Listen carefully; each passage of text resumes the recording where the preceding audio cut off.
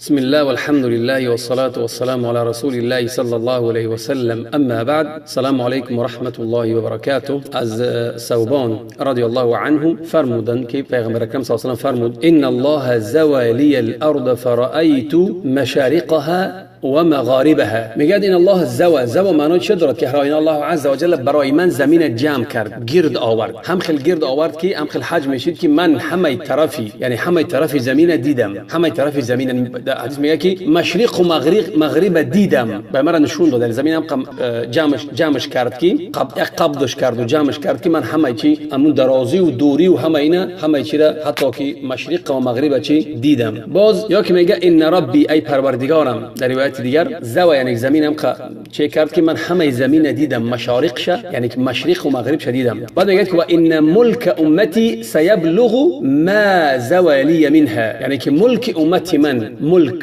یعنی تا همون درجه ها هست که ملک امتی من میگه چی میرسد تا همون جایی که برای من چی الله عز و جل نشون داده بود، یعنی جمع کرده بود زمینه، یعنی که مشرق و مغرب بیشتری که چی در مشرق و مغرب رسیدگی است، یعنی که همین چی اسلام بیشتر. و اعطیت کنزین الاحمر والابیض. امام نووی میگه در همین شرح حدیث که اشاره است که ملک همین امت، دارایی همین امت میگه میرسد به جا بیشترش، میگه یعنی که طولانی هست در چی، در جهت مشرق و مغرب، و در جهت میگه جهت جنوب و شمال میگه کم است. برای چی؟ برای که به نسبت مشرق و مغرب میگه کمتر است. خلاصه میگه اعطیت کنزین احمر والابیض. کنزین دو کنز میگه، سرخ و سفید، یعنی که مراد از حدیث همین است که یعنی که مالهای نفیس، مالهایی که گرانبها قیمت بها هستند. احمر این طلا هست و ابیض میگه این چی است؟ نقره هست. اینا چی هستند؟ یعنی که مراد از اینها عباره امینها که یعنی اموال چی، مالهای فرس و روم چی پیغمبر صلی الله علیه و سلم، امتان پیغمبر صلی الله علیه و سلم به دست میبرند که آنها مال داشتند، یعنی مال فرس چی به طلا و مال روم میگه چی به نقره،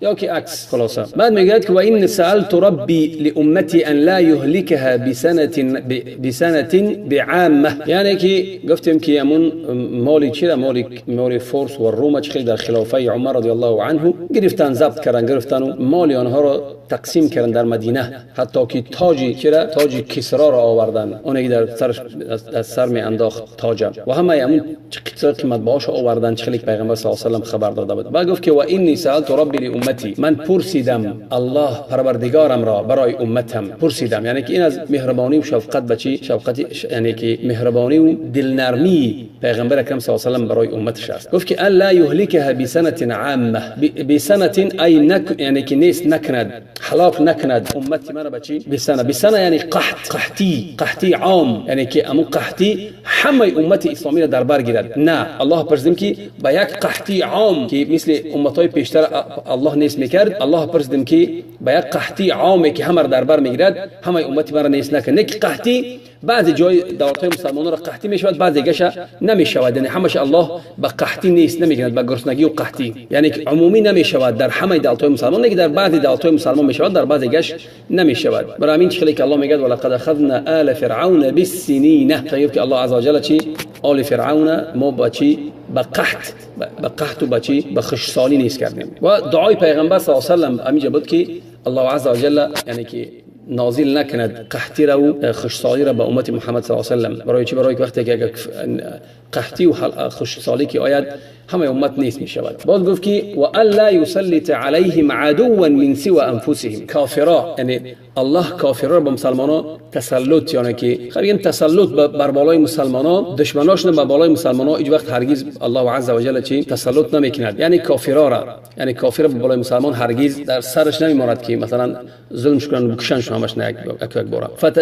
فیستبیح بیضتهم، ای معنای بیضا اینجا حوزه، یعنی که حلال نشمارند کافران همون اجتماع مسلمانان را، اجتماع یعنی که توحید آنها را و اجتماع کافران بر سر مسلمان ها، یعنی که سیطرت یا که همچون چی نگرداند، مسلط نگرداند که کافران مسلمان را نیست کنند، دعوت نیست کنند، غارت چو کنند، یعنی که همش نیست کنند. همین پیغمبر اکرم صلی الله علیه و سلم که جماعت مسلمان را جدا کنند و مال و اموال و زن و فرزنداش و مسلمان‌ها رو، زنک‌ها و کودک‌ها را چی همچون اسیر و همچون غلام و همچون کنیز نگیرند. بعد گفت که و ان ربی قال یا محمد، پروردگارم گفت ای محمد. این چی است؟ این همچون گویم که یک استجابت از برای دعای پیغمبر اکرم صلی الله علیه و سلم. گفت که انی اذا قضیت قضاء فانه لا يرد، یعنی الله عز وجل گفت که کدام هر آینه وقت هنگامی که من یک چیز قضاوت کردم، یک چیز داوری کردم،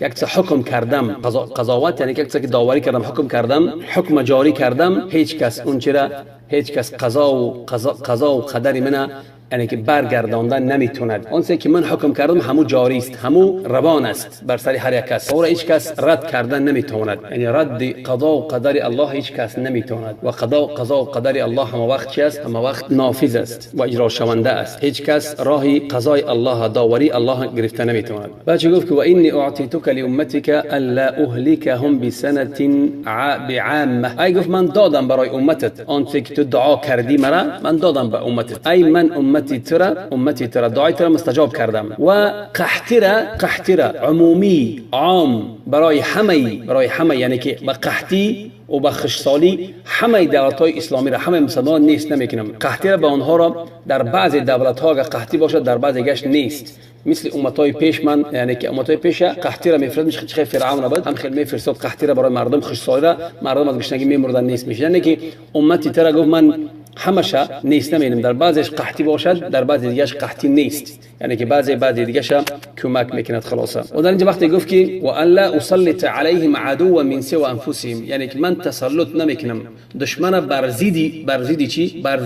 بر ضد امتانت، دشمن از بیرون چی؟ یعنی که مسلط شو نمیکنم.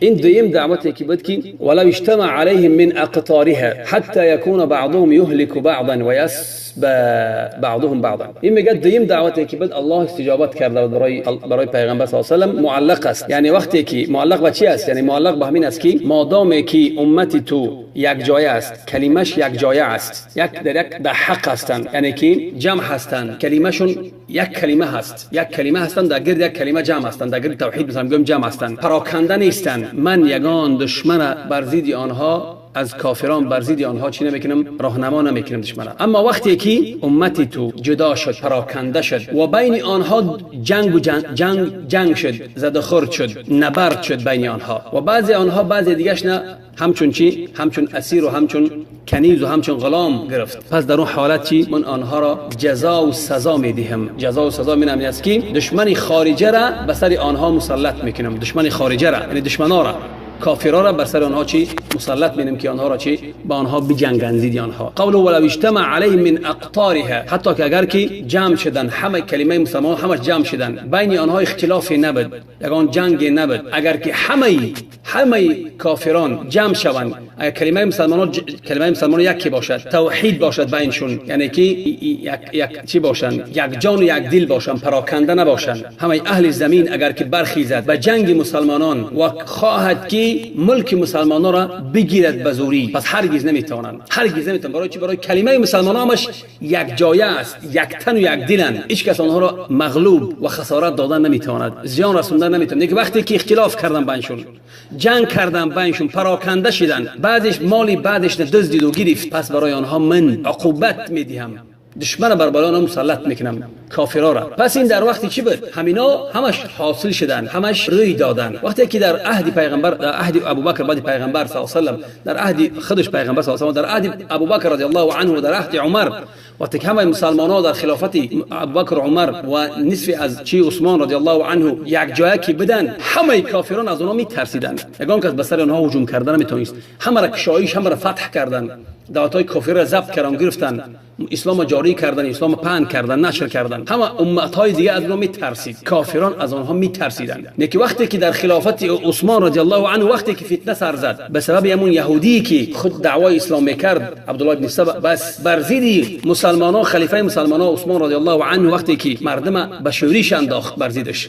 بعضی اوباشا کسی که ایمان ضعیف داشت در هم وقت و از جوانایی که اوباشا و همینا جمع شدن گرد همون طاغی، ورد همون کافر لعین جمع شدن و عثمان رضی الله عنه را وقتی که احاطه کردن و کشتن، وقتی که عثمان کشتن الله عز و جل خلافه بود و سرجمی بود. وقتی که الله عز و جل چی پراکنده کشیدن، بینشون جنگ شد، همدیگر مال و ملک همدیگر دزدیدن و گرفتن و غارت کردن، الله عز و جل به آنها چی جزا داد، آنها را عقاب داد. پس جنگ خودشون بین خودشو گردوند. در همون وقت وقتی جنگ علی و معاویه دشمنا از بیرون هم هجوم کردند، ولی الله عز و جل چی هم وقت کمک داد و آنها را شکست داد، بحر آنها را شکست داد. بعد در روایتی برقانی در صحیح میگه که و انما اخاف علی امتی ائمه المضلین. پیغمبر چی گفت صلی الله علیه و سلم؟ من میترسم برای امتم امامانی گمراه کننده. امامانی چی؟ امامانی که امت مرا گمراه میکنند.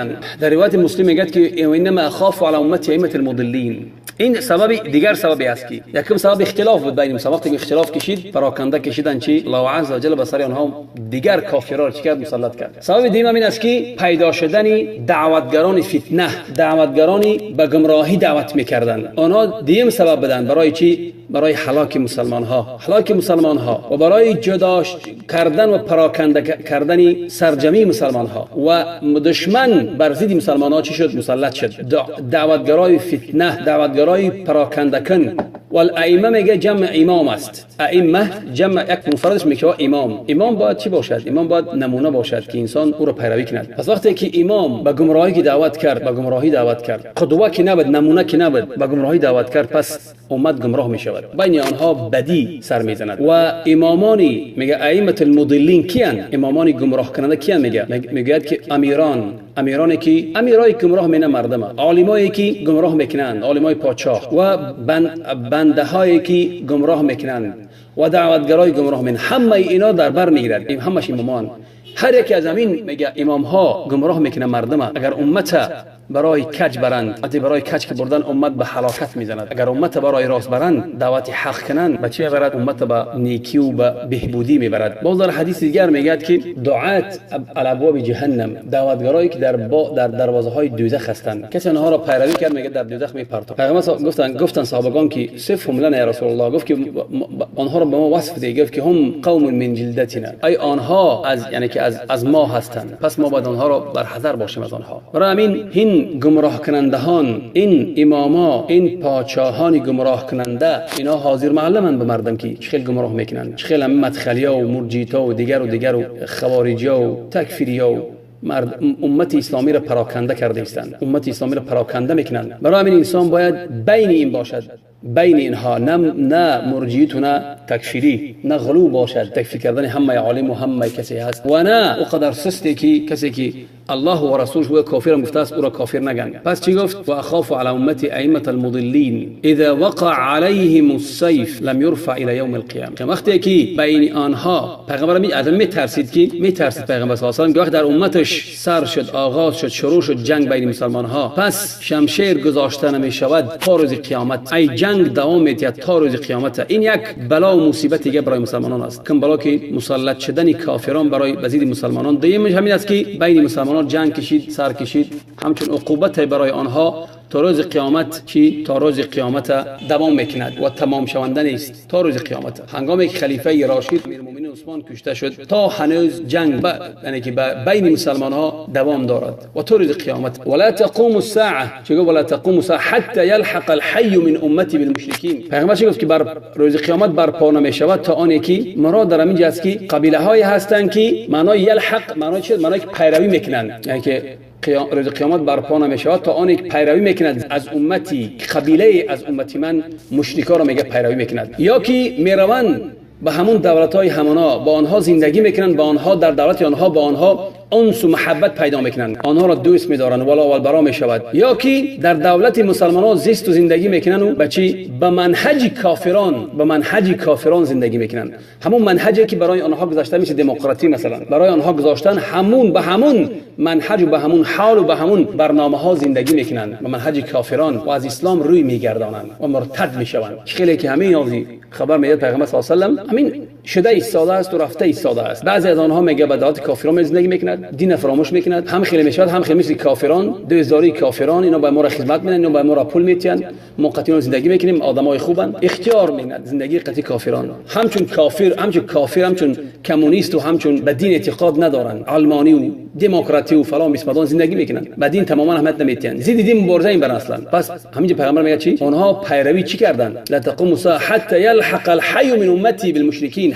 حی معنی یک منطقه، یک قبیله بگیم بهتر است. اونها را پیروی میکنند، مشرکا را در همه کارشون، در عقیدهشون، در زندگیشون، در رفت و آیینشون، در کردارشون، همه طرفشون. ولا تقوم الساعه حتى يلحق الحي من امتی بالمشركين. بعد میگه که چی؟ و حتى تعبد فئام من امتی الاوثان. فئام حتی که میگه گروه، جماعت میگه از چی؟ جماعت از امت من چرا میپرستد؟ بت ها را میپرستد. معنای بت همین است که معنای بت همین است که بتی که بگیرن بت پرستند. نه، معنای بت همین است که اونایی که شیطان را میپرستند، مثلا از پیدا شدن، خیلی وقت پیدا شدن، و معنای که بت همین است که اون سه که از غیر الله میپرستند همون را اوثان میگن، از غیر الله میپرستند. و آنهایی هستند که چه پیغمبر خبر داد صلی الله علیه و سلم که پس بعضی از جماعت‌های هستند که از همین امت محمد خودشون میگن قبر پرستند، قبرا میپرستند، اولیاء را میپرستند. گمان میکنن که همین اعتبار دادن که همین دین است، همین دینی درست همین است، پرستیدن قبر و پرستیدن صاحب قبر و از آنها مدد پرسیدن، همین پرستش است. دعا کردن آنها را پرستش و رزق و روزی و فرزند و طلب کردن، همه اینا پرستش است. و دین توحید، دین صحیح گذاشتن. و دین توحید، دین صحیح گفتن که چی است؟ دین خوارج. و این رد است برای آنانی که میگه که دعوا میکنن که همین امت در شرک واقع نمیشود. نه، بلی برعکس، همین امت محمد در شرک واقع شد. پیغمبر صلی الله علیه و آله گفت ببینید که بعضی از امتی من گروهی هستند که پیروی میکنند. چرا میپرستند؟ بت میپرستند. بت معنای اون دارد که چیزی از غیر خدا هست. بعد با پیغمبر صلی الله علیه و آله گفت که فإن سيكون في امتی کذابون. باز هر آینه میشود در امتی من چی؟ کذابون 30 سی نفری که دروغ میگن، 30 نفری که دروغ میگن همشون دعوا میکنن. هر یک تا دعوا میکند که اوی پیغمبر است. و انا خاتم یا که خاتم النبیین، من خاتم هستم، یعنی که خاتمه همه پیغمبران و رسولان هستم. لا نبی بعد من یگان پیغمبر یا که رسول دیگه نیست. این خبری است از پیغمبر اکرم صلی الله علیه و سلم که بعد پیغمبر صلی الله علیه و سلم در حقیقت همه خیلی انسان‌ها 30 نفری بدن دعوی چی کردند؟ پیغمبری کردند. همین حاصل شد که مثل مسیلمة الکذاب در یمامه و اسود العنسی در یمن، همه اینا دعوی چی پیغمبری کرده بودن. خیلی خلاصه این بود که کشنا کرا همون مسیلمة الکذاب کی کشتش در خلافت ابوبکر رضی الله عنه. ابوبکر کشتش خلافت ابوبکر و دیگراش هم مردن. دیگراش هم اون مختار ابن ابی عبید الثقفی در خلافت عبدالملک ابن مروان که دعوی نبوت کرد و کشتن، مسلمانان کشتنش. خلاصه هم 30 کسی گفتند پیغمبر، 30 کس برآمده بود. پیغمبر چی گفت؟ انا خاتم او خاتم النبیین، بعد من پیغمبری نیست. چخلی که الله عز وجل میگه ما کان محمد ابا احد من رجالک ولکن رسول الله و خاتم النبیین. و رسول محمد صلی الله علیه و سلم پدر یگان کسی نبود، وای فرستاده الله بود و چی؟ و خاتم دهنده پیغمبران بود. در شرح میتید میگه که خاتم و الخاتم چی معنی دارد؟ با فتح ت. میگه اون هست که خاتمه میدهد، یختم علی شیء فلا یزاد علیه. به عکس خاتمه میدهد و دیگه چی؟ همون چیز زیاد نمیشود دیگه. تمام کتاب خاتمه کرد،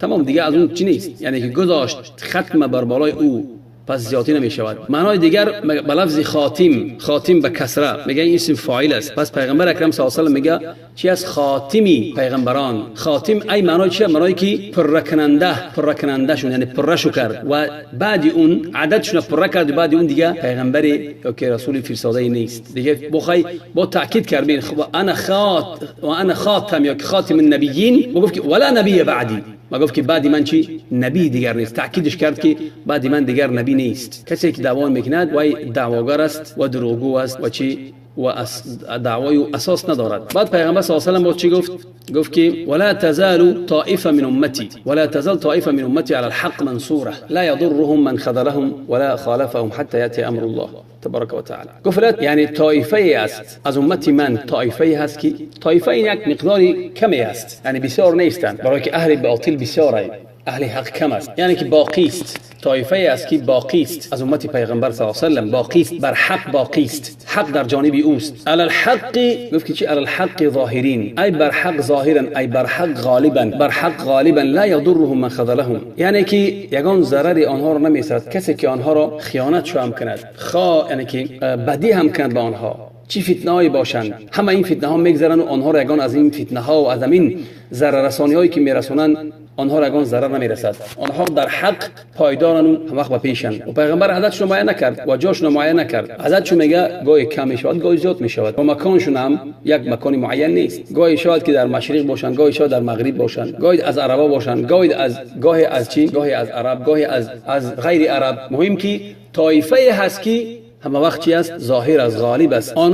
آنهایی هستند که متمسک پایدار هستند به چی؟ به سنت پیغمبر صلی الله علیه و سلم. به سنت پیغمبر پایدارن، همه وقت پیروی میکنن، چنگ میزنن به سنت پیغمبر صلی الله علیه و سلم. چیگو به هم طایفه منصوره است. خیلی بعضی میگن اهل حدیثن، اهل سنت و جماعتن. بعضی اهل علم از معاصرا، از زمین حاضرا، اهل علم علما میگن که فرقه ناجیه این با غیر طایفه منصوره هست. یعنی فرق بین فرقه ناجیه، فرقه که گروهی که ناجیه ای نجات یافته هست، رستگار است، اینا میگه دیگر هستند، و طائفه منصوره میگه دیگه هستند. اون حدیثی است که پیغمبر صلی الله علیه و آله میگه که امت من 73 گروه تقسیم میشود و همش در آتش مگر یکی. میگه کدام است؟ میگه من کان علی مثل ما انا علیه و اصحابی، اون که من مثل که من هستم و صحابگان من، به همون کسی چنگ زد میگه چی از فرقه ناجیه است. و طائفه منصوره با میگه دیگه است. این جدا کردن این به اساس است، یعنی که دلیل ندارد. چیگو پیغمبر لا یضره من خذلهم حتی یاتی امر الله، هیچ کس اونها رو میگه ضرر رسوندن نمیتواند، آنها را هرچند خیانت هم کردن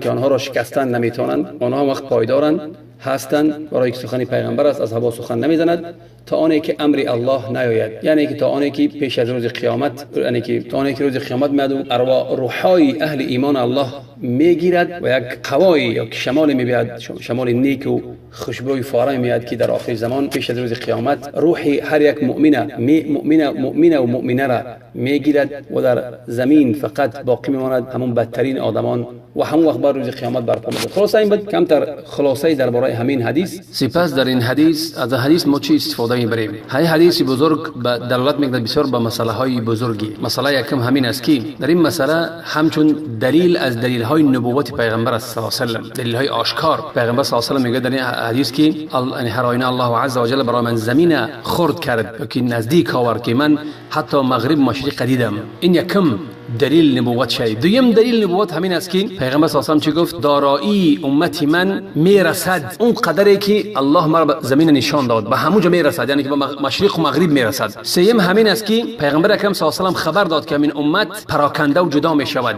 و به همدیگر زد و خورد میکنن، جنگ و جدال میکنن و کافر دست مییابد یا که الله قدرت میتید کافر بر سر مسلمان ها و این هر آینه واقع شد و حاضر هم واقع است. چهارم همینه که پیغمبر اکبر صلی الله علیه و سلم خبر داد که در امت من شرک رخ میدهد و چه خیلی که خبر داد هم خیل شده ایستاده است. پنجم پیغمبر صلی الله علیه و سلم اخبار داد که انسان‌هایی که دروغ دعوا میکنن که آنها پیغمبرند، سی کسی که دعوا کردند آنها هم چی ظاهر شدند، پیدا شدند بعد وفات کردن پیغمبر. ششم پیغمبر خبر داد که طایفه منصوره که بر حق است ظاهر میشود از روز وقتی پیغمبر تا بعد پیغمبر تا چین تا روز قیامت. هر چی قدری که آنها را عذاب و شکنجه دهند، چه قدری که آنها را با آنها ضدیت کنن و جنگ بر ضد آنها کنن، آنها باقین و غالبن. مسئله دوم همین است که در حدیث چی دلسوزی و چی دلنرمی و چی مهربانی پیغمبر صلی الله علیه و سلم برای امتش که چه دعوت‌های دعاهای مبارک و بزرگ کرده است که الله بعضی آنها را استجابت کرده است. مسئله دوم همین است که در حدیث گفتیم امت پیغمبر صلی الله علیه و سلم جدا یعنی پراکنده می شود و دشمن بر سر او چی یعنی که جا می یابد، متسلط می شود و دست می یابد، در حالی که خودی مسلمان ها وقتی که پراکنده شدند دشمن هم بر ضد آنها مبارزه می‌کند، آنها را تا روز قیامت با آنها چی می جنگند. چهارم مسئله همین است که حدیث دلیل است که امام های گمراه کننده پیدا می شوند، یعنی که راهبران سروران فاسد از پادشاهان باشند، از عالمان باشند، از دیگر و دیگر که مردم را به گمراهی میبرند. در حدیث دلیل است که در این امت از بعد خلافت عثمان تا پیش روز قیامت چی است؟ جنگ بین آنها سر میزند تا روز قیامت دوام میکند. مسئله ششم این است که در حدیث دلیل است که در همین امت شرک رخ میدهد. ردت امت پیغمبر صلی الله علیه و مسلماناش در شرک واقع میشوند و شرک همون پرستشی همون قبر و همون را دین میشمارند، دینی صحیح درست میشمارند و بعضی آنها از دین میگردند از امت پیغمبر صلی الله علیه و سلم. خلاصه مسئله هفتم در حدیث دلیل است که همون فرقه رستگار و ناجی و منصوره باقی میماند تا روز قیامت. با همه این فتنه ها، با همه این محنت ها و بدی ها، الله عز و جل همون فرقه گروه ناجیه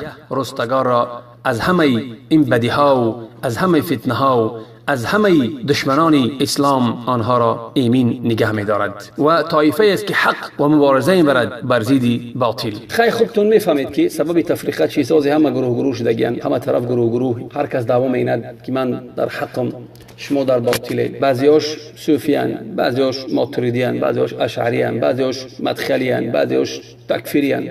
همش دعوا میند که ما در حقیم، همش با بعضیش دعوا میند که ما در قرآن سنتیم. خلاصه نه که بعضی با شیخ پرستن، یک شیخ بیرون برند، دیگر اهل علم طعنه میزنن آنها را مبتدع و آنها را از اهل سنت خارج میکنن. خلاصه همونا مدخلی که هستند همونا تفریقه داختن بین مسلمان ها، تفریقه سخت همونها داختن بین اهل سنت و جماعت، تفریقه داختن. همه علما را جرح و تجریح کردند، از این گوش نکن، از اون گوش نکن، از این کن، از اون نکن، همه را جدا کردند. همه جدا شد به سبب چی؟ به سبب غلامی آنها، نوکری آنها. بچه برای پادشاهان نوکری کردن، خدمت کردن، نعل پاشدن، برای همین پراکنده کردن اهل سنت برای دنیا چارسومی که از امون دربار میبیاد برای آنها اهل سنت پراکنده کردن. عالما را به سبب آنها بعضی عالم قریب بیشتر عالما را زندانی کردن، عالمایی که حق گوی بودن زندان شدن. خلاصه همین سبب است. الله ما و شما را هدایت کند برادران گرامی و برای راست، برای حق هدایت راهنما کند و در راه حق پایدار کند ما را که ما ثابت باشیم. و دین اسلام قرآن سنت در یک شیخ محدود نیست، در یک عالم محدود نیست.